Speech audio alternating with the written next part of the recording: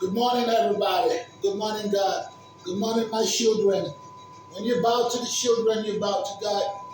And here being creative. About to take a shower, get a tan. How do you do? How does your neighbor do? Don't forget to always ask your neighbors, how do you do in this corona time? The bathroom is always a creative place. I try not to let it be in the creative place. I like it to be in the nation, meditating, or in the studio. But sometimes in the nature, I sit out there and nothing comes. I try to open my mouth, nothing comes out. But the bathroom is always a place. Once the water touched my dreadlock, now I don't have dreadlocks no more. But I have internal drain. Respect to internal drain. Swedish, most dedicated engineer and producer. Rest in peace. We love you. Internal drain. He said, Internal drain always said, what's about festivals where he makes for us. Me drain inside me head. That's true. Now I lost all my dreadlock. I got 5 more wrinkles. But hey, I'm old. I got 4 kids. And I think I want 1 or 2 more. Otherwise, I can adopt children. But the point here is that every time I come here, not just here, everywhere I live, but this shower is a bit separate in this hotel. People love this. When I'm in the shower, they hear me burst because I can't control it. Once the water touches my dreadlocks, I want to sing, I want to jump like I'm still Youth Sultan. And then later, when I got a Swedish band, I became the Mystic Sultan and the Naughty Naughties. And that's what the festival newspaper said, the Mystic Sultan. But people who know me back home, Youth Sultan, or they just say Mystic.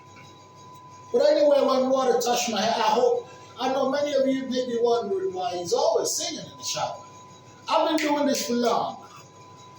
I started throwing this out on my Facebook because I don't know when I could die. So I'm using this to relay my songs to my children. Because I will never have the time to sit in the studio and record all these 1,000 songs God gave as a gift to me and to the people. Did you see the lights? Once I mentioned God, the devil, boom, he's always trying to follow me everywhere. Every time I mention God, Jesus, you see the light, woo, woo, the devil takes off. Believe in God. Anyway, we'll continue the transmission topic, which is about, many people may wonder why I always burst out of the toilet shower. Not toilet, mostly shower, warm water touch my head. Some hotels has one or two in this town. You know, sometimes people want to make a big deal out of nothing, and they say, "You're making a lot of noise." I'm like, I don't make noise. 99% of my song of praise. Everybody sings in the shower. I asked all the guests. A lot of them supported me. They say, "Yeah, almost everybody hums or sings in the shower." You do it impromptu, spontaneous, without thinking. And it's a good thing. People just hear you and they smile while they pass by in the corridor. Nobody complains. But you know the enemy who stalks me. It's always something that makes people complain about. So I remember in 1 or 2 hotels in this town, they actually had the girls and the boys come to me and say, "You're making noise." I'm like, "What? I'm praising the Lord in my shower. I'm not yelling, oh, no, I'm just singing. Hey, the Lord. I got no Porsche car, but I can carry her on my back. I'm a rush. It's just a man minding himself. You see the light again? Every time I mention praising God, the devil takes up. The light, boom. You saw that now? I'm mystic, I'm not sadistic. Now you know why they call me mystic.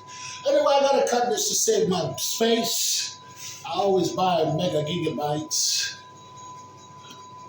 Man, I gotta tell my eye doctor. My eye getting worse now, getting older. I can hardly see.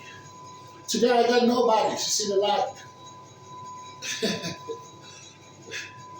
I got nobody holding the camera for me today, so now and then people are nice to hold my. But anyway, somebody had one or two hotels. And she was like, I remember that was a beach cop, not a beach cop. I trained, I trained recruits with the army, the cops, the scout. Nice lady cops. You could never, you could never think cops can be that nice. But their cops don't mean that they're fucking, yeah. She ain't thinking about her uniform when you're taking care of her. She ain't thinking of cop. She's like, you treat her nice. Fuck her. She can't come back. Hey, we got it away from the topic now. I'm gonna take off my clothes, take a shower. So anyway, I remember that receptionist. She was really bitchy.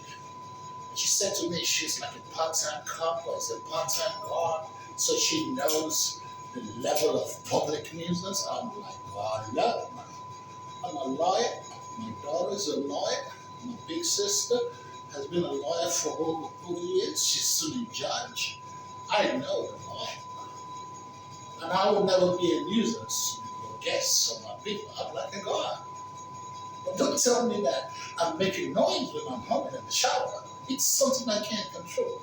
Some of the guests agree with me. I remember she was like, well, if you don't just shut up and agree what I say, then you wouldn't stay here no more. I'm like, hey, that is it. Well, that is mama's house that I can't come to no more. She actually took that serious. When I was leaving, I remember she had a partner said, you tried to embarrass me before the other guests in the lobby. You won't stay here now. I said, girl, what have I done wrong to you? Don't let the enemies use you, man.